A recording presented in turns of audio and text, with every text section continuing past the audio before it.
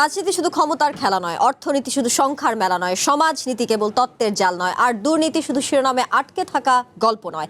যে কথাগুলো আমরা প্রতিদিন শুনি কিন্তু সহজভাবে বুঝতে পারি না, যে সিদ্ধান্তগুলো আমাদের জীবন বদলে দেয় কিন্তু কেউ সহজ করে বলে না। এখানে আমরা চেষ্টা করব জটিল কথাকে সহজ ভাষায় ব্যাখ্যা করতে, অস্পষ্ট বিষয়কে স্পষ্ট করে তুলে ধরতে। এখানে কথা হবে সহজে, প্রশ্ন হবে সোজা সাপটা, যেন আপনি সহজে বুঝতে পারেন, ভাবতে পারেন এবং সঠিক সিদ্ধান্ত নিতে পারেন। আমন্ত্রণ কঠিন কথা সহজে, সাথে আছি তানিয়া হারুন।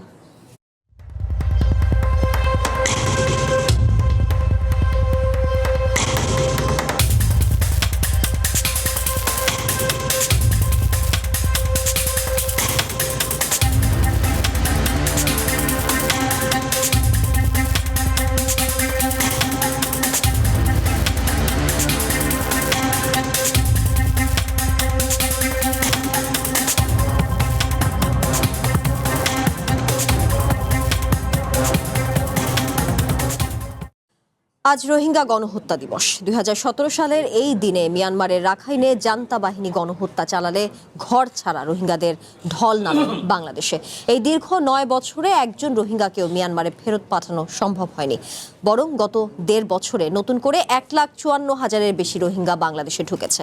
বর্তমানে উখিয়া ও টেকনাফের 33টি আশ্রয় শিবিরে নিবন্ধিত ও অনিবন্ধিত মিলিয়ে মোট রোহিঙ্গা সংখ্যা 14 লাখের বেশি। তখন মানবিক কারণে জাতিসংঘ, আন্তর্জাতিক সম্প্রদায়, বিভিন্ন মানবাধিকার সংগঠন এবং দেশের কিছু রাজনৈতিক সংগঠনও রোহিঙ্গাদের জন্য বাংলাদেশের দরজা খুলে দেবার আহ্বান জানিয়েছিল।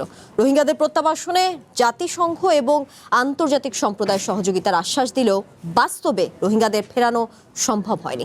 সম্প্রতি বাংলাদেশে আশ্রয় নেওয়া প্রায় 3,08,975 জন রোহিঙ্গাকে রাখাইন রাজ্যের সাবেক বাসিন্দা হিসেবে স্বীকৃতি দিয়েছে মিয়ানমার। মিয়ানমারের পররাষ্ট্র মন্ত্রণালয়ের বরাতে বার্তা সংস্থা রয়টার্স জানিয়েছে, রাখাইন রাজ্যের নিরাপত্তা পরিস্থিতির উন্নতি হলে স্বীকৃতি দেওয়া এসব রোহিঙ্গাদের ফিরিয়ে নেবে মিয়ানমার। এদিকে রোহিঙ্গারা ক্যাম্প এবং ক্যাম্পের বাইরে নানা ধরনের অপরাধে জড়িয়ে পড়ছে। প্রতারক চক্রের মাধ্যমে বাংলাদেশের জাতীয় পরিচয়পত্র, জন্ম নিবন্ধন এবং পাসপোর্ট ব্যবহার করে রোহিঙ্গারা বিদেশেও পাড়ি জমাচ্ছে। নানা অপরাধমূলক কর্মকাণ্ডে জড়িয়ে ক্ষুণ্ণ করছে বাংলাদেশের ভাবমূর্তি। এই পরিস্থিতিতে কি করবে বাংলাদেশ? কবে ফিরবে রোহিঙ্গারা? আদতেও ফিরবে কি? এসব নিয়ে আজকের কঠিন কথা সহজে। আজকে আমাদের সাথে স্টুডিওতে আছেন বিএনপি চেয়ারম্যানের উপদেষ্টা অ্যাডভোকেট মাসুদ আহমেদ তালুকদার, আছেন আন্তর্জাতিক অপরাধ ট্রাইব্যুনালের সাবেক চিফ প্রসিকিউটর মোহাম্মদ তাজুল ইসলাম এবং আছেন গণফোরামের সভাপতি অ্যাডভোকেট সুব্রত চৌধুরী। আপনাদের তিনজনকে আমন্ত্রণ আজকের কঠিন কথা সহজের এই আয়োজনে। অ্যাডভোকেট সুব্রত চৌধুরী, আপনাকে দিয়ে আজকের আলোচনাটা শুরু করতে চাই। বলছিলাম, আজকে রোহিঙ্গা গণহত্যা দিবস, অর্থাৎ 2017 সালের এই দিনে মিয়ানমারের রাখাইন রাজ্যেই জান্তা বাহিনীর যে দমন পীড়ন এবং গণহত্যার মুখে রোহিঙ্গাদের ঢল নামে বাংলাদেশে। সেই ক্ষেত্রে এই যে দীর্ঘ সময়ে একজন রোহিঙ্গাকেও মিয়ানমারে ফেরত পাঠানো সম্ভব হয়নি এবং বর্তমান পরিস্থিতি যদি আমরা পর্যালোচনা করি, উখিয়া এবং টেকনাফের 33টি আশ্রয় শিবিরে নিবন্ধিত এবং অনিবন্ধিত মিলিয়ে মোট রোহিঙ্গা সংখ্যা 14 লাখের বেশি। অর্থাৎ আওয়ামী লীগ সরকারের সময়ে যেই 7 বছর, অন্তর্বর্তীকালীন সরকারের 1.5 বছর এবং এই মুহূর্তে বিএনপি সরকার 6 মাস ক্ষমতায় আছে, এই 9 বছরেও কেন আসলে এই রোহিঙ্গা প্রত্যাবাসন করা গেল না? সংকটটা আসলে মূলত কোথায়? ধন্যবাদ। আসলে ওই সময়ে যেভাবে তাদের উপর হামলা এবং তাদের বাড়িঘর পুরানো, নির্যাতন নিপীড়ন শুরু হলো, হত্যাকাণ্ড হলো, অনেকটা বাধ্য হয়ে তাদের কাজটা হলো। এর আগেও আসতে সেগুলো আবার সরকার বিভিন্ন সময় আলাপ আলোচনার মধ্য দিয়ে কিছু জিয়া রহমান সাহেবের আমল থেকে আমরা এই বিষয়গুলো জানি। কিন্তু হঠাৎ করে শেখ হাসিনার আমলে একেবারেই লক্ষ লক্ষ রোহিঙ্গা এইভাবে ঢুকে পড়বে, যেন মনে হচ্ছে যে আমাদের বার্মার সাথে আর কোনো বর্ডার বিষয়টা না, বর্ডার সিকিউরিটির প্রশ্নটা একেবারে, এবং কি কষ্টের মধ্যে তারা আসছে দেখে, এবং আসার পথেই অনেকে কিন্তু মারা গেছে। তো তখন মানবিক কারণে আমরা হয়তো বাংলাদেশের জনগণ আমরা বলেছিলাম যে হ্যাঁ, এই দুঃসময়ে তাদের পাশে আমাদের দাঁড়ানো দরকার এবং রিফিউজি হিসাবে আসবে, রিফিউজি, আন্তর্জাতিক রিফিউজি আইন যা আছে সেটা। অনেক সময় আমরা বলেছি যে 71 সনে আমরা তো 1 কোটি লোক, পাকিস্তানিদের নির্যাতনের কারণে আমরাও পার হয়েছে এবং ভারত আশ্রয় দিয়েছে, খাদ্যের ব্যবস্থা করেছে। সেইভাবে আমরা কিন্তু আলোচনাগুলো করেছিলাম। কিন্তু তৎকালীন প্রধানমন্ত্রীর মনের মধ্যে কিন্তু এক ধরনের ভাব ছিল আর কি, যেটা আমরা প্রথম দিকে বুঝতে পারি নাই। মানে সে যে এইভাবে একেবারে ওপেন করে দিল যে হাজারে হাজারে লাখো লাখো আসো, স্বাগত জানাচ্ছি ইত্যাদি, এবং ওখানে যে অত্যাচার নিপীড়ন হচ্ছে সেটার বিরুদ্ধে সোচ্চার না হয়ে উনি অতি মানবিকতা দেখাতে গেছে। এটা শোনা গেল যে জার্মানির যিনি ছিলেন তিনি 10 লক্ষ আশ্রয় দিয়েছেন রিফিউজি, সেখানে 10-এর উপরে আমাদেরকে যেতে হবে, 12, 13, 14, তাহলে নোবেল প্রাইজটা পেতে ওনার জন্য সুবিধা হবে। তো এইসব ঘটনা তো আমরা খুব কাছে থেকে দেখেছি এবং তখনও আমরা এইসব আলোচনা করেছি।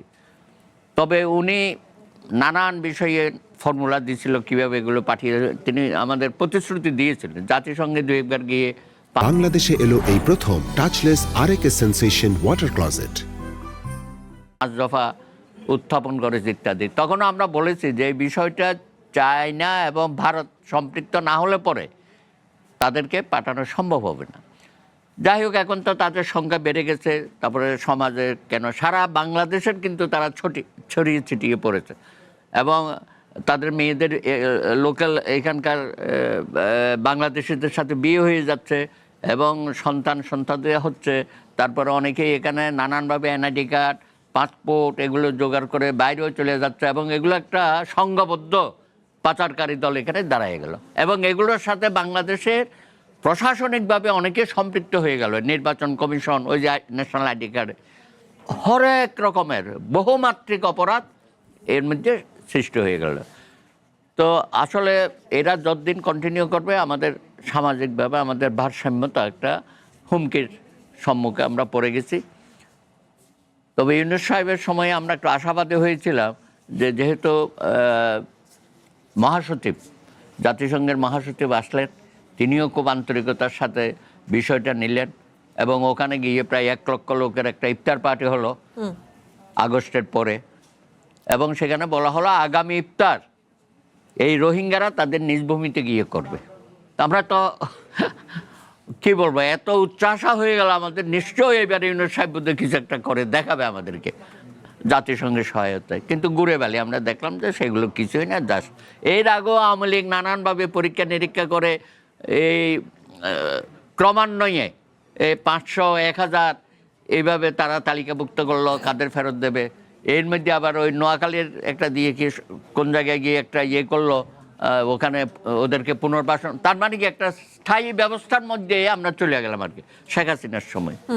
এখন এই একটা জটিল পরিস্থিতির মধ্যে আছে। আমি মনে করি যে ভারত এবং চায়নাকে ইনভলভ করে এই বিষয়টা সমাধান করতে হবে। আমাদের পররাষ্ট্র বিষয়ক যারা দায়িত্বপ্রাপ্ত, আপনি দেখেছেন এই 2 দিনের মধ্যে অনেক সেমিনারও হচ্ছে কিন্তু এইগুলো বিষয়ে। তো আমি মনে করি যে চায়না যে একটা করিডোরের কথা বলেছে না, এই করিডোরটা হলে পরে এখানে কিন্তু চায়না উপকৃত হবে, ভারত উপকৃত হবে, মায়ানমার উপকৃত হবে এবং আমাদের রোহিঙ্গাকে ফেরত পাঠানোর ব্যাপারেও আমরা কিন্তু এটা সহজতর করতে পারবো। কিন্তু সেই আলোচনাটা কিন্তু এখন হচ্ছে না। সুতরাং আমি মনে করি সরকারকে এই ব্যাপারে আরও মনোযোগী হওয়া দরকার। অতীতের সরকার কী করেছে আমরা সমালোচনা করতে পারবো, ইউনূস সাহেব সম্পর্কে অনেক কিছুই আমরা সমালোচনা করতে পারবো, কিন্তু বর্তমানে যারা দায়িত্ব নিয়েছে, বিশেষ করে শহীদ রাষ্ট্রপতি জিয়া রহমানের সময় যেমন একটু আমরা এই ধরনের তাদেরকে পাঠিয়ে দেওয়ার অনেক ব্যবস্থা হয়েছিল, তারই ধারাবাহিকতায় যদি জনাব তারেক রহমান সেই উদ্যোগটা গ্রহণ করে, আমি মনে করি যে খুব দ্রুততম সময়ে আমরা কিছু সুফল এখান থেকে পাবো এবং আমরা পাঠানোর পর্বটা আমরা অন্তত শুরু করি। ইতিমধ্যে আপনারা দেখেছেন সরকারিভাবে তারাও বলেছে যে আমরা কিছু লোক নেব এবং তাদের নিবন্ধিত করেছে। আগেকার সরকারও এগুলো করেছে, কিন্তু দিন শেষে তো কোনোটাই হচ্ছে না। আমাদের হতাশাটা হচ্ছে ওই জায়গায়। জি, মোহাম্মদ তাজুল ইসলাম যেই বিষয় নিয়ে বলছিলেন, অ্যাডভোকেট সুব্রত চৌধুরী, আসলে দীর্ঘ এই 9 বছরে সব সরকারই একই কথা বলছে, কিন্তু সংকটের যে আসলে সমাধান সেটির ক্ষেত্রে আসলে কোনো অগ্রগতি দেখা যাচ্ছে না। সেই ক্ষেত্রে আমাদের কি এইখানে এই বিষয়ে কূটনৈতিক ব্যর্থতা আছে কিনা, নাকি এভাবে বলা যায় যে মিয়ানমারের যে দমন পীড়ন বা গণহত্যা বা রোহিঙ্গাদের যেই চিত্র সেটা আমরা আন্তর্জাতিক সম্প্রদায়ের কাছে আসলে জোরালোভাবে তুলে ধরতে পারছি না? দেখুন, এখানে ব্যর্থতার মাত্রাটা বহুমাত্রিক। রোহিঙ্গা সংকটটা আসলে খুব সিম্পলিসাইজ করার কোনো সুযোগ নেই। এখানে সমস্যাটা অনেক গভীরে এবং এই যে জাতিগত সংঘাত আরাকান রাজ্যে এবং বিশেষ করে মুসলিম পরিচয়ের কারণে রোহিঙ্গা জনগোষ্ঠীকে যে এভাবে নিপীড়নের শিকার করা, এটা অনেক একটা বড় পরিকল্পনার অংশ এবং তারা এখানে সেটা করে একদম প্যালেস্টাইনে ইসরায়েল যেভাবে করে সমস্ত ভূমি থেকে মুসলমানদেরকে উচ্ছেদ করেছে, ঠিক একই কায়দায় এখানে ধর্মীয় পরিচয়টা একটা বড় ভূমিকা পালন করেছে এবং সে কারণে তাদেরকে তাদের নিজ বাসভূমি থেকে উৎখাত করা হয়েছে। যে কোনো এইরকম যখন জাতিগত নিধন হয় এই একটা দেশ থেকে মানুষকে বের করে দেওয়া হয়, এটার কিছু ক্লাসিক দিক আছে যেগুলোকে আপনাকে অ্যাড্রেস করতে হবে। প্রথম কথা হচ্ছে যে এটা একটা মানবতা বিরোধী অপরাধ। সুতরাং যে জান্তা হোক, যে বাহিনী হোক, তারা যারা এই অপরাধগুলো করেছে তাদেরকে জাতিসংঘের সহযোগিতা নিয়ে বা যেভাবে সম্ভব তাদেরকে আপনি বিচারের আওতায় আনতে হবে এবং আন্তর্জাতিক সম্প্রদায়ের চাপের মধ্য দিয়ে এদেরকে যদি আপনি জবাবদিহিতার আওতায় নিয়ে আসতে না পারেন, তাহলে পুনর্বাসনটা কিন্তু সবসময় কঠিন। যারাই হত্যাকাণ্ড চালিয়েছে তারা ক্ষমতায় আছে, এই জান্তার কোনো বিচার হয়নি, তাদের গ্রেপ্তারও হয়নি। এর সাথে যুক্ত হয়েছে দেখুন ভূ রাজনৈতিক অনেক খেলা। এই রাখাইন রাজ্যে দেখেন এখন এইখানে সরকারের কর্তৃত্ব নেই, সেখানে আরসা এবং আরও কয়েকটা বাহিনী তারা কিন্তু এখানে সামরিক তৎপরতার মাধ্যমে এই অংশটাকে তাদের দখলে নিয়েছে। এখন সংকট হচ্ছে যে জান্তাকে যদি আপনি জাতিসংঘের মাধ্যমে বাধ্য করেনও, সেখানে কিন্তু জান্তা আপনাকে আশ্রয় দিতে পারবে না, কারণ ওইখানে এখন নতুন শক্তি দাঁড়িয়ে গেছে যারা সরকারি বাহিনীকে বিতাড়িত করেছে। সুতরাং ওই বাহিনীর সাথে আপনার যদি নেগোসিয়েশন না হয়, তাদের সাথে যদি বোঝাপড়া না হয়, তাহলে আপনি ফিরতে পারবেন না। সেই ক্ষেত্রে বাংলাদেশ অবশ্যই প্রোঅ্যাক্টিভ হয়ে, কারণ সমস্যাটা আমার কাঁধে এসে বসে আছে, এই 14 লক্ষ মানুষ আমার এই ভূখণ্ডে আছে, ক্রমান্বয়ে তাদের সন্তানের জন্ম হচ্ছে, তারা সামাজিকভাবে বাংলাদেশের শেকড় গেড়ে বসছেন, অপরাধমূলক কর্মকাণ্ডের সাথে জড়িয়ে পড়ছেন, বাংলাদেশের অর্থনীতির উপরে চাপ বাড়ছে। এই যে নানান সংকট, এবং এরা কি চিরদিন এই জায়গাতে বন্দী থাকবে? একটা সার্টেন টাইমে যখন দেখবে যে আমরা কেন এই বন্দি শিবিরের মধ্যে থাকবো, একসময় তারা ভায়োলেন্ট হতে থাকবে, তারা মূল ভূখণ্ডের দিকে জড়াতে থাকবে, বাংলাদেশিদের সাথে সংঘর্ষ শুরু হয়ে যাওয়াটা অস্বাভাবিক নয়। সেই ক্ষেত্রে সরকারকে প্রথমত জান্তার সাথে কথাবার্তা বলা, আরেকটা হচ্ছে আরসা যারা আছে বা যারা আরাকান রাজ্যকে এখন নিয়ন্ত্রণ করছে তাদের সাথেও নেগোসিয়েশন আসতে হবে, এবং সেটা যদি রাষ্ট্র হিসাবে এককভাবে সম্ভব না হয়, এবং ন্যাচারালি এটা সম্ভব নয়, অবশ্যই চায়নার সাথে, ভারতের সাথে নেগোসিয়েশনের মাধ্যমে আমাকে একটা ওয়ে আউট করতে হবে। কিন্তু এর বাইরেও কিছু অপ্রচলিত সমাধান আছে। আপনি দেখেন একই ধরনের ক্রাইসিস হয়েছে সিরিয়াতে। বাশার আল আসাদের সময়ে নিপীড়ন এবং নির্যাতনের কারণে সিরিয়া থেকে 40 লক্ষ মানুষেরও বেশি মানুষ টার্কিতে গিয়ে আশ্রয় নিয়েছিল। তারা অনেকেই এখন ফেরত এসেছেন রেজিম চেঞ্জ হওয়ার কারণে, কিন্তু তার আগেও টার্কিশ গভর্নমেন্ট যেটা করেছিলেন যে এই সীমান্তবর্তী এলাকা, বিশেষ করে আফরিন এবং মানবিজ যে দুটো অঞ্চল, টার্কিশ গভর্নমেন্ট কী করেছে, তাই সিরিয়ানদেরকে মানবিক, টার্কিরও একটা ধারণ ক্ষমতার একটা লিমিটেশন আছে, তখন তার সেনাবাহিনী পাঠিয়ে মানবিজ এবং আফরিনে একটা মানবিক করিডোর তৈরি করা এবং সেখানে তাদেরকে ফেরত যাওয়ার ব্যবস্থা করেছে। বাংলাদেশকেও এই ধরনের সম্ভাবনার বিষয়টা চিন্তা করতে হবে। তবে একই সাথে এটাও ভাবতে হবে যে আমরা এটা করতে গিয়ে গ্লোবাল একটা যুদ্ধক্ষেত্রে পরিণত হচ্ছে কিনা, সেটা অনেকগুলো ইস্যু আছে। এইখানে শুধুমাত্র রাজনীতি না, শুধুমাত্র জাতিগত ইস্যু না, সামরিক ইস্যু না, সব কিছুর সম্মিলিত একটা ব্যাপার আছে। জিয়াউর রহমান সাহেবের সময় অনেক বেশি দূরদর্শী রাষ্ট্রনায়ক তিনি ছিলেন, অনেকগুলো প্র্যাগম্যাটিক ডিসিশন নিতে পেরেছিলেন। এই যে এত বছর ধরে, 9 বছর ধরে রোহিঙ্গারা আছে, আমরা জাতিসংঘ বলেন, চায়না বলেন, ভারতের সাথে নেগোসিয়েশন করে, বার্মার সাথে নেগোসিয়েশন করে তাদেরকে ফেরত পাঠাতে পারেনি। অল্টারনেটিভস কিন্তু ছিল। যে জাতির লোকেরা তার বাসভূমি থেকে উৎখাত হয়েছে, সেই জাতির যে তরুণ প্রজন্ম আছে, তাদের যুবকেরা আছে, তাদের কিন্তু ভেতরে স্পিরিট আছে, তাদের বঞ্চনা আছে, তারা কিন্তু তার নিজ বাসভূমে ফেরার জন্য অনেক কিছু করতে পারেন। সুতরাং এই রোহিঙ্গা বিশাল জনগোষ্ঠীকে বাংলাদেশ কিন্তু সেভাবে ট্রেন করতে পারতো যে আমরা পারছি না তোমাকে তোমার দেশে ফেরত পাঠানোর জন্য, তুমি তোমার জন্মভূমি রিক্লেইম করার জন্য তুমি কিভাবে কাজ করবে সেটা করো। সব কথা হয়তো আমরা এখানে প্রকাশ্যে বলতে পারবো না, কিন্তু এই রোহিঙ্গাদেরকে যদি সেভাবে ট্রেন করা হতো, যদি আরসার আরাকান রাজ্য দখল করে ফেলতে পারে, তো রোহিঙ্গারাও তো তাদের বাসভূমির একটা অংশের দখলদার হতে পারতো। সেক্ষেত্রে কিন্তু নেগোসিয়েশনটা সহজ ছিল, যে আরসাকে বলতে পারতেন যে তুমিও যেমন আছো, রোহিঙ্গারাও সেখানে থাকবে। এই সামগ্রিক বিষয়গুলো নিয়ে রোহিঙ্গা ইস্যু বাংলাদেশের জন্য একটা বড় মাথা ব্যথার কারণ। এটাকে জাতীয় ঐক্যমত্যের ব্যাপার যেমন আছে, সরকারের অনেকগুলো পলিসি নেওয়ার বিষয় আছে, সরকারকে অবশ্যই সিরিয়াসলি ইস্যুটা নিতে হবে। নির্বাচিত সরকার এসছেন, অন্তর্বর্তীকালীন সরকার উদ্যোগ নিয়েছিলেন, সমাপ্ত করার আগেই তাকে চলে যেতে হয়েছে। নির্বাচিত সরকারের কাঁধে এখন বড় দায়িত্ব। বাংলাদেশে যেমন অজস্র ক্রাইসিসের মধ্যে রোহিঙ্গা একটা বড় ক্রাইসিস, এই ক্রাইসিসটা অ্যাড্রেস করতে হবে এবং যতগুলো এভিনিউ আছে প্রত্যেকটা এক্সপ্লোর করতে হবে, এবং অবশ্যই একটা নির্ধারিত সময়ের মধ্যে রোহিঙ্গাদেরকে তার নিজ দেশে ফেরত পাঠাতে হবে, কারণ এত বড় বোঝা বহন করার সক্ষমতা বাংলাদেশের কিন্তু নেই। জি, অ্যাডভোকেট মাসুদ আহমেদ তালুকদার, দুটি প্রশ্ন আপনার কাছে রাখতে চাই। প্রথমত, সম্প্রতি বাংলাদেশে আশ্রয় নেওয়া প্রায় 3,08,975 জন রোহিঙ্গাকে রাখাইন রাজ্যের সাবেক বাসিন্দা হিসেবে স্বীকৃতি দিয়েছে মিয়ানমার, এবং মিয়ানমারের পররাষ্ট্র মন্ত্রণালয়ের বরাতে বার্তা সংস্থা রয়টার্স জানিয়েছে রাখাইন রাজ্যের নিরাপত্তা নিরাপত্তা পরিস্থিতির উন্নতি হলে স্বীকৃতি দেওয়া এইসব রোহিঙ্গাদের ফিরিয়ে নেবে মিয়ানমার। মিয়ানমারের এই বক্তব্যে কি ইতিবাচক কোনো বার্তা দেখছেন কিনা? আদতেও কি এই 3,08,975 জন রোহিঙ্গাকে মিয়ানমার ফিরিয়ে নেবে কিনা, এটি ছিল একটি প্রশ্ন। আরেকটি রাখতে চাই, শুরুতে যেমনটা জিজ্ঞেস করছিলাম, আওয়ামী লীগের 7 বছর, অন্তর্বর্তীকালীন সরকারের 1.5 বছর এবং বর্তমানে আপনাদের 6 মাস, এই 9 বছরে আসলে এখনো রোহিঙ্গা প্রত্যাবাসন কেন করা গেল না? সংকটটা কোথায় এবং আপনাদের পরিকল্পনার অগ্রগতি কোথায়? জি, আপনাকে ধন্যবাদ জনাব সুব্রত চৌধুরী এবং জনাব তাজুল ইসলাম এবং আমাদের বক্তব্য আপনারা যারা শুনছেন। দেখুন, আমি প্রথমেই সরকার যে 3 লক্ষকে আইডেন্টিফাই করেছে যে যারা সত্যিকার অর্থে জেনুইনভাবেই তারা শরণার্থী এবং রাখাইন রাজ্যের অধিবাসী, এই কথাটা একটা সরকার কখন স্বীকার করেছে? যখন যেই রাখাইন তাদের নিজস্ব নিয়ন্ত্রণের বাইরে, অর্থাৎ রাখাইন রাজ্যের নিয়ন্ত্রণ এখন আর বার্মার সরকারের হাতে নেই। সেখানে একটি ইনসার্জেন্সি চলছে এবং তারা কারা, সশস্ত্র আন্দোলন চলছে, যুদ্ধ চলছে।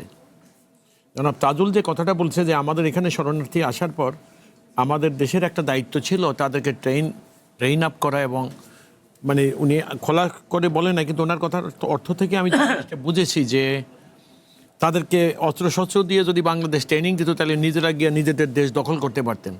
এটা আসলে হয় না। শরণার্থীদের যে এরকম করে পিছিয়ে কোনো দেশেই এটা করেনি। আপনি এখন ইয়াতে দেখেন, ইউক্রেনের দিকে তাকান, ইউক্রেন আর রাশিয়ার যুদ্ধ চলছে কিন্তু তাদেরকে সমর্থন দিচ্ছে, শরণার্থী হয়েছে, তাদেরকে ম্যানেজমেন্ট করছে, তাদের মানে কি বলবো প্রোটেকশনের জন্য বা তাদেরকে জীবন সুস্থ সুন্দর জীবন ধারণের জন্য বিশ্বের সকলে বা আন্তর্জাতিক সংস্থাসমূহ সাহায্য করছে, কিন্তু তাদেরকে ওইভাবে যুদ্ধে পাঠান। হ্যাঁ, আন্ডার কভার অনেক কিছু হয়, কিন্তু এইরকম অনেক কিছু প্রকাশ্যে করার মতো কোনো সরকারের পক্ষে এটা সম্ভব না। এখন মজার ব্যাপার হলো, এই রোহিঙ্গারা কেন আসছে আমাদের দেশে, কেন তার নিজের দেশে থাকতে পারলো না? আপনি দেখবেন যখন তারা আসলো সেই সময় থেকে অবস্থার ভিন্ন কোনো বা পরিবর্তন এসছে কিনা। আপনি দেখবেন যখন অং সান সুচি যখন রাষ্ট্র ক্ষমতায়, তাকে কিভাবে রাষ্ট্র ক্ষমতা থেকে সরিয়ে জান্তারা ক্ষমতা দখল করেছে আপনি লক্ষ্য করবেন। এবং তারা ওইখানে শুধু ওইটাই করেনি, এবং বিশ্ব পলিটিক্সে যেমন ইসরায়েলের কথা জনাব তাজুল ইসলাম বলেছেন যে তারা ফিলিস্তিনের উপরে কি করছে, এরকম বিশ্বে অনেক জায়গায় মুসলিম মাইনরিটি, যাদেরকে এখন এথনিক মাইনরিটি হিসাবে ট্রিট করা যায়, বার্মায় যারা আজকে বাংলাদেশে আশ্রয় নিয়েছে যে 14 লাখ, তারাও কিন্তু পরিচয় তাদের ওই রকমই। আপনি দেখবেন ইনিশিয়াল সময় যখন নেগোশিয়েট করা হয়েছিল যে তারা বার্মার নাগরিক আপনারা নিয়ে নেন, বাংলাদেশ একটা সাময়িক সময়ের জন্য আশ্রয় দিয়েছে, তাদেরও তো একটা সীমাবদ্ধতা আছে, বা এর বেশি সময়কাল তো তারা তাদেরকে ধারণ করতে পারে না। কিন্তু আপনি দেখবেন তখন আমরা নানা রকম কথা শুনেছি যেগুলো খুবই দুঃখজনক। এক সময় বার্মা গভর্নমেন্ট তারা বার্মারই নাগরিক এই কথা স্বীকারই করতে চায়নি, তারপর আস্তে আস্তে তারা হয়তো তাদেরও কিছু অবস্থান পরিবর্তন করেছে। এখন সবচেয়ে মজার ব্যাপার হলো কোনখানটায় যে যারা নির্যাতন করে যাদেরকে পাঠিয়েছে, আপনি দেখবেন 1971 সনে স্বাধীনতা যুদ্ধের সময় বাংলাদেশ থেকে প্রায় 1 কোটি লোক ভারতে আশ্রয় নিয়েছিল শরণার্থী। তারা বার্মা যেরকম এই রোহিঙ্গাদের উপরে যেরকম আক্রমণ করে তাদেরকে পুশ করেছে এখানে ঢোকার জন্য, বাংলাদেশেরটা কিন্তু বাংলাদেশে আমরা যারা তখন যারা শরণার্থী হয়ে ভারতে গেছিলেন তারা অধিকাংশই মানে সেই স্বৈরাচার মানে কী বলবো পাক মানে জান্তার ভয়ে তারা পালিয়ে গিয়ে আশ্রয় নিয়েছিলেন, এবং তখন বিশ্ব পরিস্থিতি তাদের পক্ষে বা অনুকূলে দাঁড়িয়েছিল। কিন্তু আপনি দেখেন আজকে ভূ রাজনীতির কারণে এই যে শরণার্থীরা এখানে আসে, বার্মার উপরে কার্যত কোনো চাপ কিন্তু আন্তর্জাতিকভাবে কেউই দিচ্ছে না। ইভেন সবচেয়ে বড় কথা, সবচেয়ে বড় প্রতিবেশী যাদের কাছে এই সরকার আশাও করেছিলেন যে চীন ইচ্ছা করলে বার্মাকে নিউট্রাল করতে, আপনি দেখবেন সেরকম ইফেক্টিভ কোনো কার্যক্রম কিন্তু চীনও গ্রহণ করেনি। তাহলে বিষয়টা হলো এই, যখন তাদেরকে এদেশে ঠেলে পাঠিয়ে দিয়েছিল তখন যে পরিস্থিতি ছিল, আপনি দেখবেন আজও সেই পরিস্থিতির কোনো উন্নতি হয় নাই, বরং পরিস্থিতি আরও অবনতি হয়েছে, খারাপ হয়েছে। তো আপনি একজন লোক যখন শরণার্থী হয়ে কোনো দেশে আশ্রয় নেবে, তখন আপনি তার জীবনে আশ্রয় নেওয়া মানুষের জীবনের নিরাপত্তা রক্ষা করা ওই দেশের দায়িত্ব হয়ে দাঁড়ায়।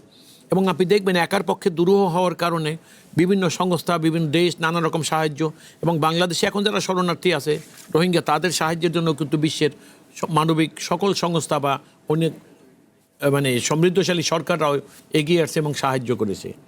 তো প্রশ্ন হলো এখানে ইচ্ছা করলেই, অর্থাৎ প্রথম প্রশ্নটাই আসে নিরাপত্তা। আপনি যখনই কোনো গভর্নমেন্ট টু গভর্নমেন্ট মানে G2G আপনি নেগোসিয়েশনে যাবেন, তখনই দেখবেন প্রথম প্রশ্নই আসবে যে রোহিঙ্গাদেরকে যদি আপনি ফেরত দিতে চান সেখানে তাদের নিরাপত্তা আছে কিনা। যদি নিরাপত্তার ঘাটতি থাকে, কোয়েশ্চেনেবল থাকে, তাহলে নিশ্চয়ই কেউই চাইবে না বা এটাকে পেট্রিয়েট করার জন্য এইসব সরকারকে যারা সহযোগিতা বা সাহায্য করবে বিভিন্নভাবে, তারা কিন্তু এটাকে ওই মুহূর্তে সমর্থন করবে না যে না, যেইখানে যাদের নিরাপত্তা নাই, নিরাপত্তার অভাবের কারণে তারা আসছে, তাদেরকে জোর করে তাদের নিরাপত্তাহীন অবস্থার মধ্যে ঠেলে দেওয়াটা ঠিক হবে না। তো এখন বাংলাদেশে আসার পর দেখেন নানা রকম সমস্যা। আপনি রোহিঙ্গা ক্যাম্পে দেখবেন প্রায় সময়, কিছুদিন আগে আমি দেখেছি, প্রায় সময় হত্যা হতো, মাদকে তো অভয়ারণ্য, এবং এই নানা দিক থেকে মিলে আপনি লক্ষ্য করবেন যে এমন একটা পরিস্থিতি তৈরি হয়ে গেছে যে রোহিঙ্গাদেরকে এখন বাংলাদেশের ধারণ করা খুব কঠিন। এখন মজার ব্যাপার হলো যে রোহিঙ্গারা প্রথম যখন আসে, আপনি লক্ষ্য করেছেন, তখন এই 2017 সালের যে সরকার ছিল, তারা যখন নৌকা দিয়ে আমাদের এপারে আসতেন, আমাদের বিজিবি বল বাংলাদেশে এলো এই প্রথম টাচলেস আরএকএস সেন্সেশন ওয়াটার ক্লজেট প্রয়োগ করে তাদেরকে আবার বার্মায় পাঠিয়ে দিত। এবং এই পাঠিয়ে দেওয়ার সময় দেখা গেছে যে অনেক নৌকাডুবিতে নারী শিশুরা নৌকা ডুবার কারণে তাদের জীবনের অবসান হয়েছে। এবং সর্বপ্রথম আজকের সাবেক প্রধানমন্ত্রী ম্যাডাম খালেদা জিয়া, উনি আজকে নাই, উনি প্রথম সরকারকে সমালোচনা করে বলেছিলেন যে বিপদগ্রস্ত মানুষ যখন তার নিজের আশ্রয়, নিজের ভূমিতে থাকতে পারে না, আশ্রয়হীন হয়ে পড়ে, তখন যে নিয়ার বাই যে কোন দেশে যখন আশ্রয় নিতে আসে, সেই সরকার মানবিক হতে হয়। এই পরবর্তী সময় ম্যাডাম খালেদা জিয়ার এই স্টেটমেন্ট দেওয়ার পর তারা কি করলেন, বিজেপি দিয়ে তাদেরকে আর পুশ ব্যাক করাইলেন না, এখানে আশ্রয় দেওয়া শুরু হলো, এবং এরকম মানুষ জোয়ারের মতো করে আসতে থাকা শুরু করলো। এখন মজার ব্যাপার হলো, দাদা যে কথাটা বলছেন একটু আগে, এখন এইটা নিয়ে একবার নানাভাবে ব্যবসা কিভাবে করা যায়, এইটা ক্যাশ করার জন্য দেখবেন একটা দেশে একটা সরকার ছিল 16 বছর, যারা জনগণের সরকারের মর্যাদাই অর্জন করতে পারলো না, তারাও আশা করে রোহিঙ্গাদেরকে এখানে আশ্রয় দিয়ে বা তাদের বিভিন্ন আন্তর্জাতিক সংস্থার সাহায্য নিয়ে তাদেরকে পুনর্বাসন করে এখানে উনি চিন্তা করলেন এটা নিয়ে একটা আন্তর্জাতিক কোনো মানে নোবেল পুরস্কারের মতো এরকম কিছু একটা পাওয়া যায় কিনা। তো সেটাই হলো এখন ওনারা যা কী করলেন, সরকারের মর্যাদাটা কি, এগুলো তারা বিবেচনা নিলেন। অর্থাৎ দেখা গেছে যে আন্তরিকভাবে এই সরকার বলেন আর যাই বলেন, আপনি এই সরকারের বয়স 6 মাস, তাদের পক্ষে এখনও, হ্যাঁ আপনি দেখবেন মাননীয় প্রধানমন্ত্রী ইতিমধ্যেই কিন্তু সে আটারলি বলে ফেলেছেন যে রোহিঙ্গা প্রবলেমটাকে সঠিকভাবে অ্যাড্রেস করা খুব জরুরি হয়ে গেছে। এখন এটা নিশ্চয়ই সরকার তার নিজস্ব পন্থা এটা করবেন, কিন্তু মজার ব্যাপার হলে আপনি যে করতে যাবেন এখন, সর্বপ্রথম যখন সিকিউরিটি কোয়েশ্চেনেবল থাকবে, তখন তো প্রথমেই প্রশ্ন আসবে মানবতার, এবং আপনি যখন নিরাপদ অনুভব করবেন না, তখন ওইখানে আপনাকে দেওয়ার মতো কোনো উপায়ই নাই।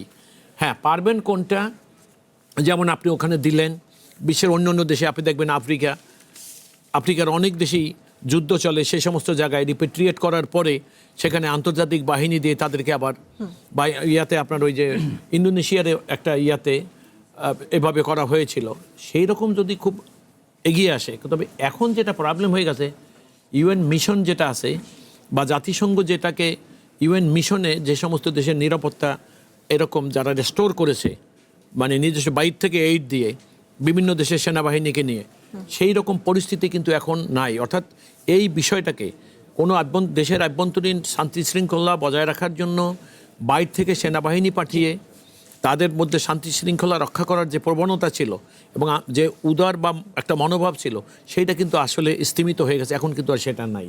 আমার বক্তব্যটা হলো এখানটাই যে রোহিঙ্গাদের এই সমস্যাটা খুবই দীর্ঘমেয়াদী হয়ে যাচ্ছে, এবং এটা সরার জন্য সবচেয়ে বড় হলো বার্মার নিজের আভ্যন্তরীণ যে পরিস্থিতি, এইটা থেকে বার্মাকে আগে উত্তরণ করতে হবে।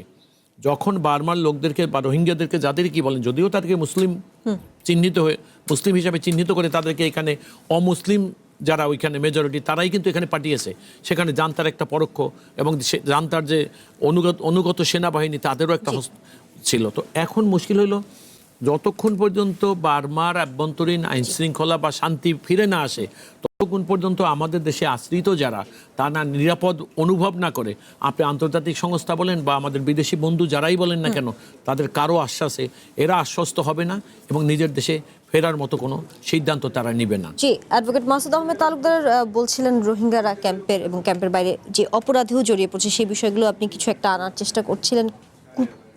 সেই ক্ষেত্রে আবার বলছিলেন তাদেরকে এখন ধারণ করাও আসলে কষ্টসাধ্য হয়ে পড়ছে। এই বিষয়টা নিয়ে আসবো অ্যাডভোকেট সুব্রত চৌধুরী আপনার কাছে। একটি বিরতি নিয়ে ফিরছি, সময় হলো ছোট্ট একটি বিরতির সঙ্গে থাকুন।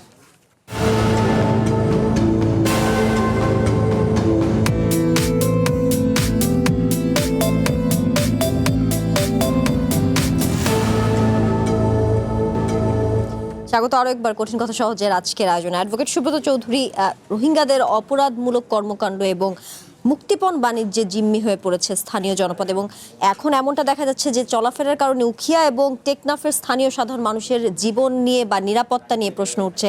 তারা নিরাপত্তাহীনতায় ভুগছেন। সেই ক্ষেত্রে রাতে ক্যাম্প এবং ক্যাম্পের আশেপাশে চলাচলে সাধারণ মানুষের জন্য ঝুঁকিপূর্ণ হয়ে উঠছে এমনটাও বলা হয়। সেক্ষেত্রে রোহিঙ্গা প্রত্যাবাসন যদি নিশ্চিত করা না যায়, এই দীর্ঘমেয়াদী সমস্যার সংকটটা কি আরও বাড়বে কিনা, সেই ক্ষেত্রে নিরাপত্তা নিয়ে কি বলবেন? না, এখন ওই জনপদটা এখন তো সন্ত্রাসের অভয়ারণ্যতে পরিণত হয়েছে। এবং শুধু কক্সবাজার না, এটা বান্দরবান অঞ্চল দিকেও কিন্তু চলে আসছে। তার মধ্যে আবার আরসা আছে। আবার আরসা উনি যে কথাটা বলছেন, এই রাঙামাটি এই বান্দরবনে এখানকার কিছু লোকরে নানান অপরাধের সাথে সম্পৃক্ত করছে এবং রাষ্ট্রবিরোধী বিভিন্ন কর্মকাণ্ডে, এই যে ব্যাঙ্গালোর দেখেছেন না, এগুলোর সাথে কিন্তু ওই বাহিনীগুলো, সন্ত্রাসী বাহিনীগুলো সম্পৃক্ততা আছে। তা একটা কী বলবো, একটা বিপজ্জনক অবস্থার মধ্যে আমরা আছি আর কি।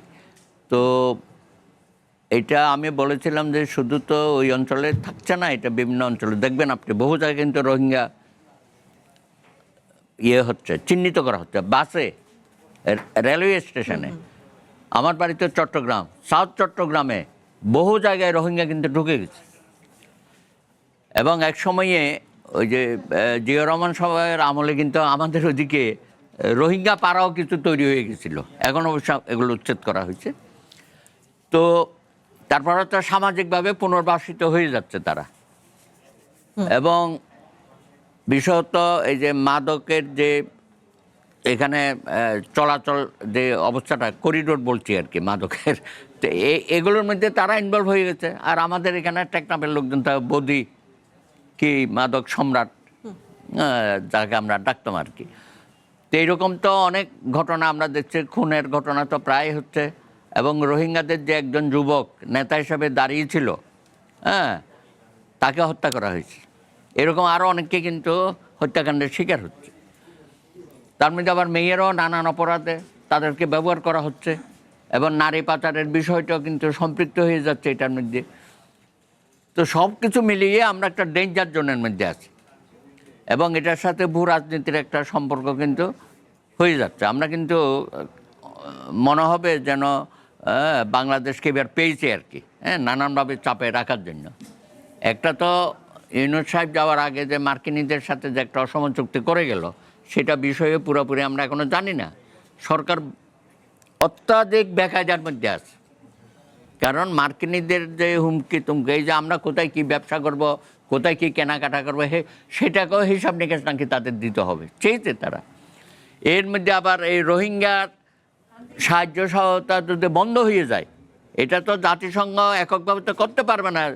পৃথিবীর অন্যান্য সংস্থাগুলো যদি এটার সাথে সম্পৃক্ত না থাকে। তা আমরা চেয়েছিলাম যে কদিন থাকে তাদের চিকিৎসার ব্যবস্থা করা, তাদের ছেলে মেয়েদের পড়াশোনার ব্যবস্থা করা। ওনারা বলছেন যে পুরা মুসলিম সম্প্রদায়, কিন্তু আমার জানা মতে হিন্দু সম্প্রদায় ওইখানে আসছে, রোহিঙ্গা হিন্দু সম্প্রদায়, ওদেরও কিছু ক্যাম্প আছে আলাদা করে। সুতরাং এই ধর্মীয় বিষয়গুলো ওখানে বিবেচনার মধ্যে আছে। আর বিশেষত স্বাস্থ্যের বিষয়টা, এটা খুবই সিরিয়াস ব্যাপার আর কি।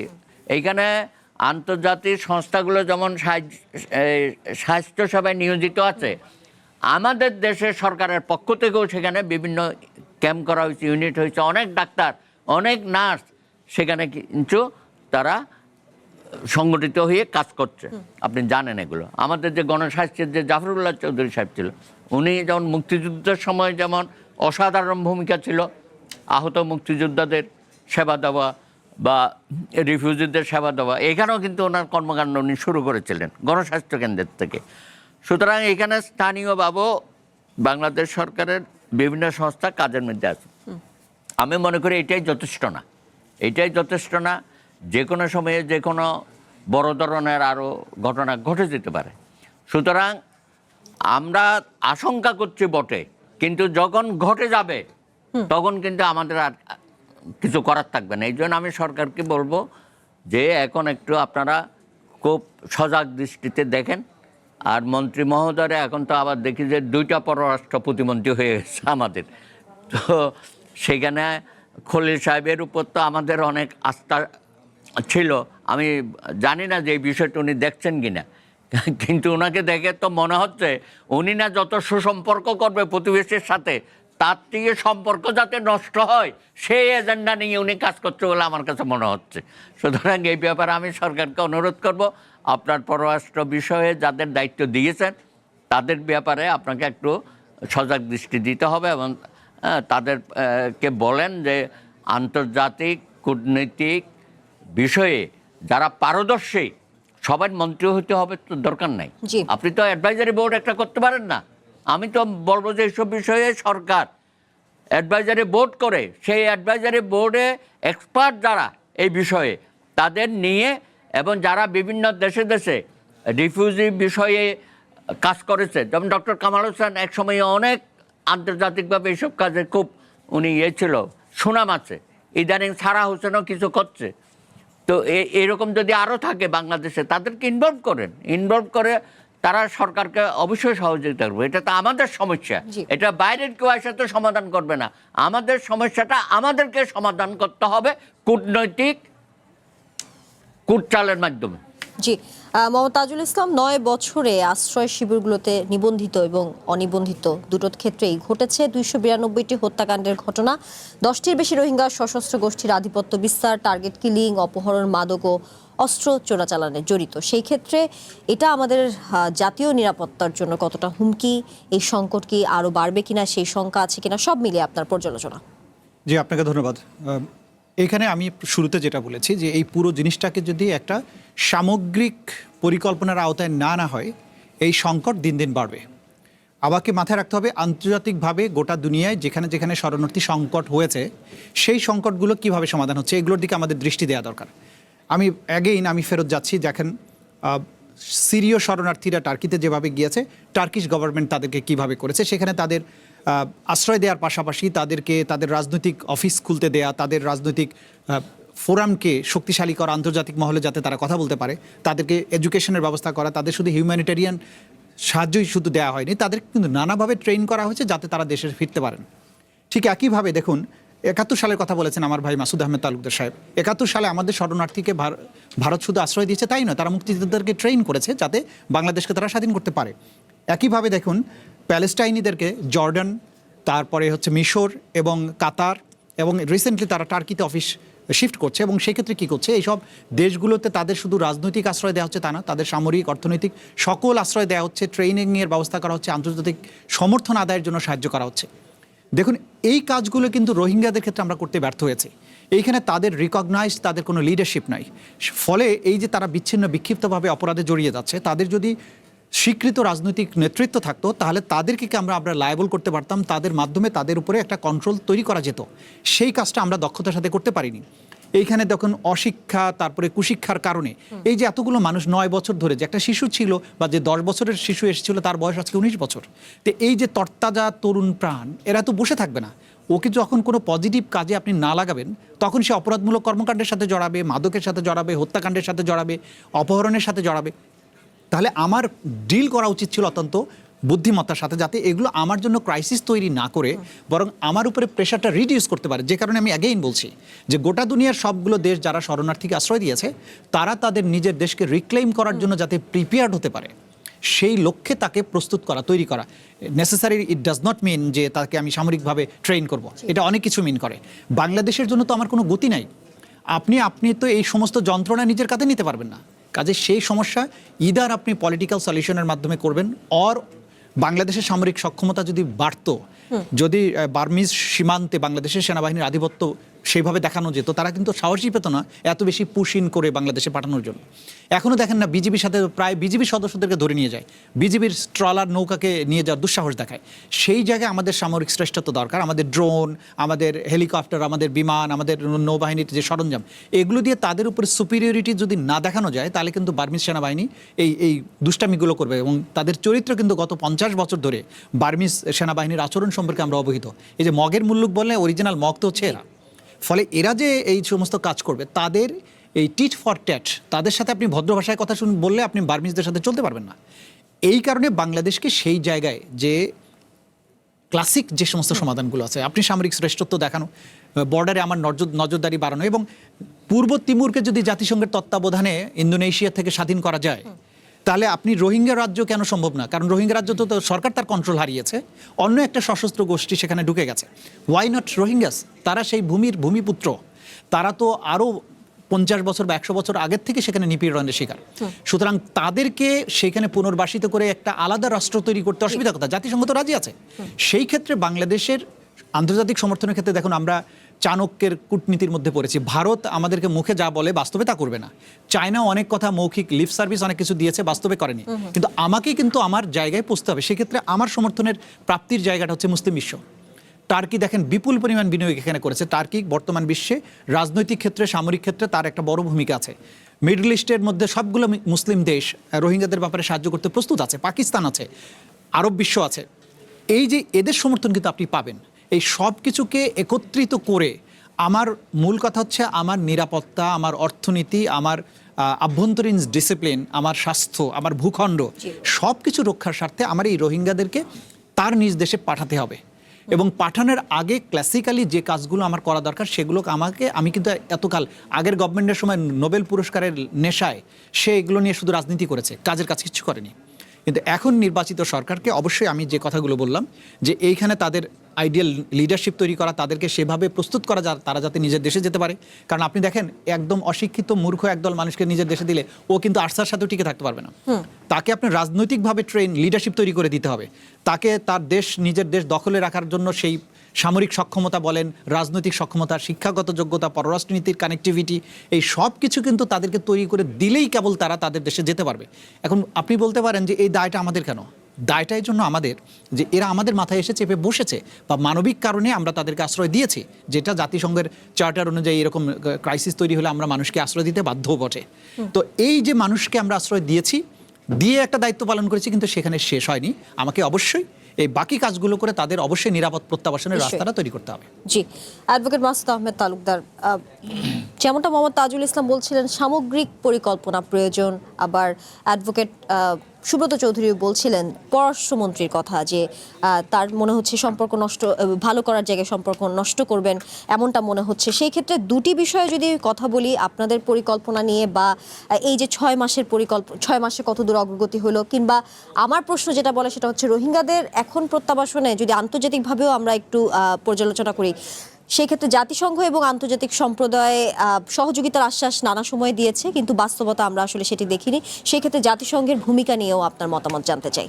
দেখুন, একটা বিষয়ে বাস্তবতা, আমাদের বাস্তব অবস্থা সম্পর্কে আমাদের ধারণাটা পরিষ্কার থাকা দরকার।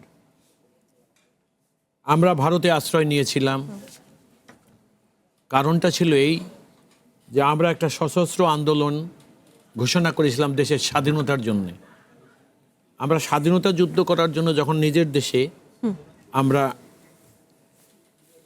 কি বলবো, আমাদের উপস্থিতি কোনো রকমই নিশ্চিত করা সম্ভব ছিল না, তখন আমরা প্রতিবেশী দেশে আমরা আশ্রয় নিয়েছিলাম। আমাদের উদ্দেশ্য ছিল, আমরা ওইখানে আশ্রয় নেওয়ার আগেই আমরা ঘোষণা করে গেছি যে আমাদের দেশ শত্রুর দখলে, আমরা সশস্ত্র যুদ্ধ করে আমার দেশকে উদ্ধার করতে হবে। রোহিঙ্গারা যারা বাংলাদেশে এসেছে, তারা কিন্তু তার সরকারের বা তার মাতৃভূমিকে উদ্ধার করার জন্য তারা কিন্তু কোনো স্বাধীনতার পরিকল্পনা নিয়ে এখানে আসেনি। তারা ওখানে নির্যাতিত হয়েছে জান্তার দ্বারা। যখন দেখছে তাদের জীবন বিপদগ্রস্ত, তারা শান্তির জন্য আশ্রয় নিয়েছেন, নিরাপত্তার জন্য এখানে আশ্রয় নিয়েছেন। সুতরাং আমাদের সঙ্গে তাদের ফারাকটা, বা বিশ্বের যে সমস্ত দেশে স্বাধীনতাকামী মানুষ প্রতিবেশী কোনো দেশে আশ্রয় নিয়েছিলেন, তাদের সঙ্গে রোহিঙ্গাদের অনেক বড় ফারাক আছে। এই জিনিসটা আমাদেরকে আগে মাথায় রাখতে হবে। এটা ঠিক আমাদের এখানে ওদেরকে ট্রেনিং দিয়ে সমাজের উপযুক্ত মানুষ বানিয়ে তাদের নিজের দেশে পাঠিয়ে নিজের দেশের বা রাষ্ট্রের দায়িত্ব নেওয়ার মতো। আপনি দেখেন না, আমরা যখন প্রায় 9 মাস ভারতের শরণার্থী ক্যাম্পে ছিলাম, আমাদেরকে একটা অংশ, এখানে 2টা পরিচয় ছিল আমাদের পরিচয় একটা ছিল কেবলমাত্র শরণার্থী, তারা শরণার্থী ক্যাম্পে গিয়েছিল এবং ভারত সরকার বিভিন্ন আন্তর্জাতিক সংস্থা সহ অনেক মানে উন্নত দেশ তারা সাহায্য করেছিলেন ওখানে তাদের সুন্দর জীবনযাপন করার জন্য।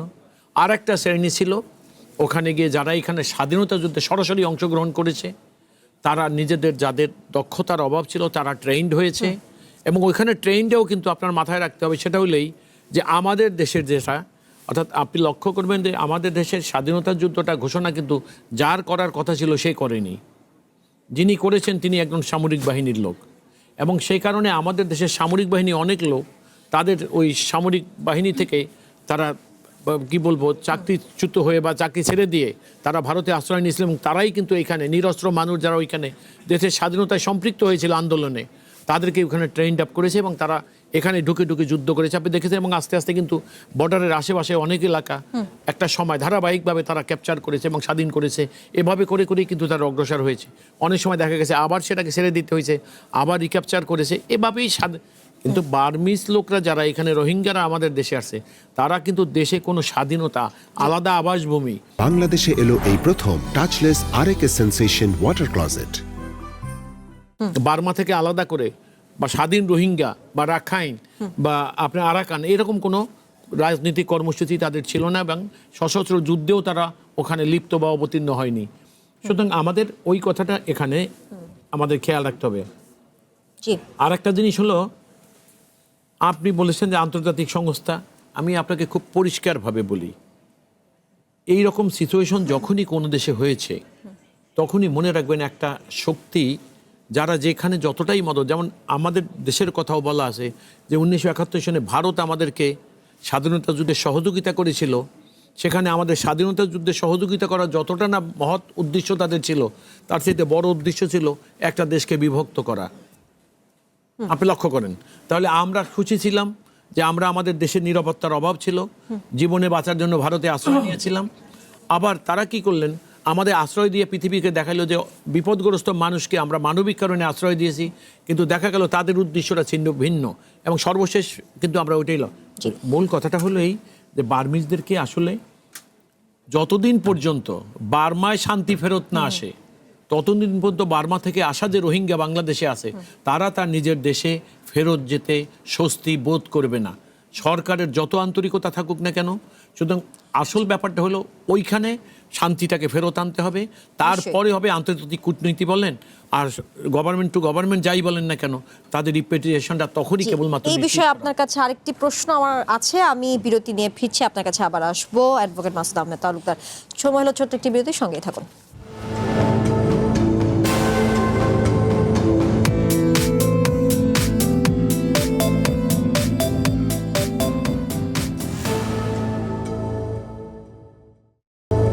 স্বাগত আরও একবার কঠিন কথা সহজের আজকের আয়োজনে। অ্যাডভোকেট মাসুদ আহমেদ তালুকদার, সংঘবদ্ধ একটি প্রতারক চক্রের মাধ্যমে রোহিঙ্গাদের হাতে এখন বাংলাদেশের জাতীয় পরিচয়পত্র, জন্ম নিবন্ধন এবং পাসপোর্ট, সেই ক্ষেত্রে সেখানে ভুয়া নাম ঠিকানাও ব্যবহৃত হয়েছে এবং এই পাসপোর্ট ব্যবহার করে বিদেশে তারা নানা ধরনের অপকর্ম করে বাংলাদেশের ভাবমূর্তি নষ্ট হচ্ছে এমনটাও বলা হচ্ছে। সেই ক্ষেত্রে এই সংঘবদ্ধ চক্রের বিরুদ্ধে সরকার কি করছে? দেখুন, একদম সংক্ষিপ্ত কোনো অপরাধ যখন ধরা পড়ে জি সরকার তাৎক্ষণিকভাবে সেটাকে অ্যাড্রেস করার চেষ্টা করে এবং এটাই নিয়ম। আপনি দেখবেন ওই যে আমি আমার বারবার আমাদের কথায় চলে যাই, আপনি যখন 1971 সনে বাংলাদেশ থেকে অনেকে শরণার্থী হয়ে গেছে, আপনি জানেন যারা চলে গেছিল তারা সবাই কিন্তু আর ফেরত আসেনি, তারা অনেক ওখানে রয়ে গেছে এবং শুধু তাই না, সারা ভারতের নানা দেশে ওখানে বিয়ে করেছে, ওখানে ব্যবসা করেছে, ওখানে আধার কার্ড করেছে, ওখানে পাসপোর্ট বানিয়েছে, ওখানে বিয়ে করেছে। এইটা একটা হবে, তবে এটার একটা টলারেন্স লেভেল আছে। আপনি এটা বাংলাদেশে যারা এখন শরণার্থী আছে এবং আমি কি বললাম যে বিশেষ করে আমাদের কক্সবাজার অংশে অনেক রোহিঙ্গারা আজকে থেকে 50 বছর আগে এসে যারা এখানে সেটেলড হয়ে গেছিলেন এবং তাদের অনেকে এখানে বিয়ে শাদী করে একদম এই দেশের নাগরিক হয়ে গেছে। আপনি দেখবেন তাদের সঙ্গে ইতিমধ্যে রোহিঙ্গারা অনেকে এখানে এসে তাদের মেয়েদেরকে বিয়ে করেছে, অথবা ছেলেরা গিয়ে বাইরে ক্যাম্পের বাইরে এসে বিয়ে শাদী করে। আমি একটা ঘটনা জানিয়ে কয়েকদিন আগে একটা ছেলে, সে একটা দেশের বিদেশে সুইডেনের নাগরিক এখন, সেই রোহিঙ্গা ছেলেটা, সে ঢাকা এয়ারপোর্টে ধরা পড়েছে, আমি তার মামলাও করেছি। জি, বুঝতে পেরেছেন তো? সুতরাং বিষয়টা হলো এখানটায় যে একটা জায়গায় আপনি 14 লক্ষ মানুষের জন্য যেই পরিমাণ জায়গার দরকার এবং মুক্তভাবে থাকার জন্য যে সকল সুযোগ সুবিধা একটা শরণার্থী ক্যাম্পে তো নিশ্চয়ই তা থাকে না। যখন এটা থাকে না তখন ওই সকল মানুষের সীমাবদ্ধতা একসময় তারা অতিক্রম করে ফেলে, তখন ন্যায় নীতি বা নিয়মের দিকে তারা তোয়াক্কা করে না।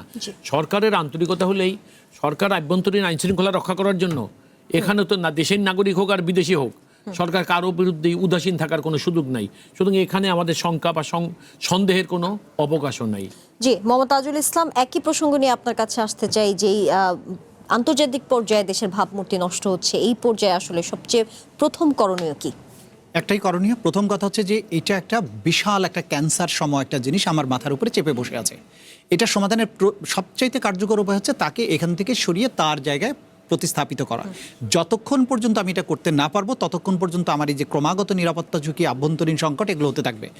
আমার কাজ হচ্ছে যেভাবে সম্ভব তাদেরকে দ্রুততম সময়ে প্রত্যাবাসনের ব্যবস্থা করা, এবং সেটা না করা পর্যন্ত এখানে যে কিছু স্টেপস নেওয়ার ব্যাপার আছে যেগুলো ইতিমধ্যে আমি আলোচনা করেছি, যে তাদেরকে সেভাবে তাদের রাজনৈতিক সংগঠন নেতৃত্বকে নিয়ে আসা, তাদেরকে ডিসিপ্লিনের আওতায় নিয়ে আসা, তাদেরকে এক ধরনের এডুকেশন পলিসির আন্ডারে নিয়ে আসা, যাতে করে তাদের মধ্যে এক ধরনের অ্যাডমিনিস্ট্রেটিভ একটা জিনিস তৈরি করা যায় যেটা বাংলাদেশ সরকারের উপর যাতে চাপ তৈরি না হয়। তো এই কাজটা অন্তর্বর্তীকালীন কাজ, কিন্তু মূল কাজটা অবশ্যই আমাকে বৃহৎ ক্যানভাসে চিন্তা করতে হবে। বাংলাদেশের ভূরাজনৈতিক ইস্যু একটা, ভবিষ্যতে আরাকান রাজ্যে তাদেরকে অবশ্যই ফেরত পাঠানোর জন্য আমাকে ইমিডিয়েট স্টেপস নিতে হবে। সেটার সো মেনি ওয়েজ আউট, আমাকে একটার পর একটা প্ল্যান ABCD করে সেই কাজটা শুরু করতে হবে। আদারওয়াইজ আমি আমার মাতৃভূমির উপরে এত বড় একটা ঝুঁকি চিরস্থায়ীভাবে কখনোই বহন করতে পারবো না। জি, অ্যাডভোকেট সুব্রত চৌধুরী, রোহিঙ্গাদের মধ্যে কি জঙ্গি গোষ্ঠী আছে কিনা? কোনো দেশি বিদেশি চক্র তাদেরকে কি দেশ বিরোধী কর্মকাণ্ডে যুক্ত করতে পারে? এই যে রাখাইন, তারা তো স্বাধীন ল্যান্ড দাবি করছে অনেকদিন। আরসা তো আছে, কয়েকটা শহর কিন্তু আরসাদের ইয়েতে আছে, কিন্তু নিয়ন্ত্রণে, বুঝছেন না? তো আমার তাজুল সাহেব যে কথাটা বলেছে, তাদের যদি সেরকম স্বাধীনতার চেতনাবোধ থাকে তো তারা কেন সংগঠিত হয়ে স্বাধীন রাখাইন রাজ্যে আমরা ফিরবো, সেটা কেন তারা আওয়াজটা তুলে না? তাহলে তো আন্তর্জাতিক সাহায্য পাবে, তাই না? শুধু মানবতা এখানে বিনষ্ট হয়েছে সেটা না, অত্যাচার নিপীড়িত হয়েছে সেটা না, তাদের তো স্বাধীন ভূমি দরকার। এবং আমি আশা করব যে একসময় শুনেছিলাম যে রাখাইনের একটা সুসংগঠিত দলও ছিল, রাজনৈতিক দল, হ্যাঁ, এবং তারা পার্লামেন্টে করতো, তাদের প্রতিনিধিত্ব ছিল, তাই না? সেই অনেক বড় বড় নেতাদের নাম আমরা শুনেছি। সেই নেতারা কোথায়? এত বড় একটা ঘটনা তাদের মাতৃভূমিতে হচ্ছে, সেই ব্যাপারে তাদের সেরকম কোনো কি বলবো আমি স্বাধীনতা প্রেমিক মানুষগুলো আমরা পাচ্ছি না। দুইজন যা পেয়েছিলাম তাদের তো হত্যা করে ফেলেছে। তাহলে হত্যাটা তারা, আমি জানি না, এটা আন্তর্জাতিক চক্রের মধ্যেও হইতে পারে আর কি। তো আমি শুধু তাদেরকে খাওয়াইয়া পড়াইয়া এখানে রাখলাম, এটা বড় কথা না। আমি তাদেরকে ফেরত দিতে চাই, তারা ওখানে গিয়ে স্বাধীন ভূমিতে যেন বসবাস করতে পারে, সেই ব্যবস্থার ব্যাপারে আমি আন্তর্জাতিক মহলের কাছেও আমি দাবি জানাবো। জি, অ্যাডভোকেট মাসুদ আহমেদ তালুকদার যুক্ত করবেন কিনা? জি, 1 মিনিট আছে আপনার কাছে, বলুন। আমি আপনাকে খুব পরিষ্কার বলি, বাংলাদেশে আশ্রিত রোহিঙ্গারা এরা কোনো স্বাধীনতা যুদ্ধ পরিচালনা করে। বাংলাদেশের ভূমিতে আশ্রয় দিয়ে বাংলাদেশ সরকার বার্মার বিরুদ্ধে কোনো গোষ্ঠী এখানে স্বাধীনতা যুদ্ধ করবে আর সেইটাকে সকল শক্তি দিয়ে সমর্থন করবে, বাংলাদেশেও সেটা করবে না। বার্মার সাথে বাংলাদেশের ওই রকম কোনো বোঝাপড়ার কোনো ঘাটতি নাই। সুতরাং এখানে যদি তারা স্বাধীনতার যুদ্ধ করতে চায় তাহলে সেটা বাংলাদেশ সরকারই প্রথম কি বলবো দমিয়ে রাখার চেষ্টা করবে। এই কারণে যে বাংলাদেশের ভূমি ব্যবহার করে তার প্রতিবেশী দেশ সেখান থেকে এখানে আসে আশ্রয় নিয়ে এই দেশের মাটি ব্যবহার করে সেই দেশের সরকার বা দেশের বিরুদ্ধে ষড়যন্ত্র করবে বা সংগ্রাম করবে, বাংলাদেশ এটা করবে না। বাংলাদেশ সরকার এটাকে সমর্থন দিতে পারে না। যেই কারণে এখানে তাদের মানবিক কারণে আশ্রয় দেওয়া হয়েছে এবং বার্মার আভ্যন্তরীণ পরিস্থিতি যখন স্বাভাবিক হবে এই সমস্ত লোকদেরকে আন্তর্জাতিক বা দেশীয় সকল কিছু মিলে সম্মিলিত একটা প্রচেষ্টায় একদিন একটা যুক্তিসঙ্গত সময় তারা চলে যাবে। এবং কিছু কিছু সেটা ফুটার লোক দেখবেন এখানে সেখানে চলে যাচ্ছে। আমি ঢাকারও অনেক হোটেলে শুনছি রোহিঙ্গারা এসে নাকি নানা রকম কাজকর্ম করছে এবং প্রায় ধরাও পড়ে পুলিশের কাছে। এটা হবেই। মানুষকে আপনি কতদিন আটকাই রাখবেন? বা একটা মানুষ একটা শ্বাসরুদ্ধকর পরিবেশ থেকে মানুষ মুক্ত হতে চেষ্টা করবেই, তো এরাও তাই করছে। তো আমার কাছে যেটা মনে হচ্ছে আমাদের ওই উগ্রভাবে চিন্তা করার কোনো সুযোগ নেই, এই সরকারের জন্য নাই সেটা। কারণ মনে রাখবেন, আপনি বার্মারও ঘনিষ্ঠ প্রতিবেশী চায় না, সুতরাং বার্মাতে কি হচ্ছে বাংলাদেশ সেটা সতর্কতার সাথেই বিবেচনা করে বাংলাদেশ পদক্ষেপ নেবে বা অগ্রসর হবে, এটাও আমাদের মাথায় রাখতে তো হবে। বাইলেটারাল আলোচনাটা হচ্ছে না কেন ভাই? না, এটা হবে না, কে হচ্ছে না কেন? কোথায়? না, বার্মায় তো এটা চাপিয়ে দিচ্ছে, এটা তো আন্তর্জাতিক মহল চাপিয়ে দেয় নাই। তাহলে বাংলাদেশ আমি তো কোনোদিনও দেখি না যে দ্বিপক্ষীয় কোনো আলাপ আলোচনা হয়েছে। ব্যাপারটা হলো আপনি দেখেন, কারণটা কি? না, ব্যাপারটা হলো এই সরকার আসার পরে যে উদ্যোগ গ্রহণ করা হচ্ছে, আপনি অচিরেই দেখবেন যে বার্মা এবং বাংলাদেশ এই হ্যাঁ, আমি বাইলেটারাল আলোচনার পক্ষে।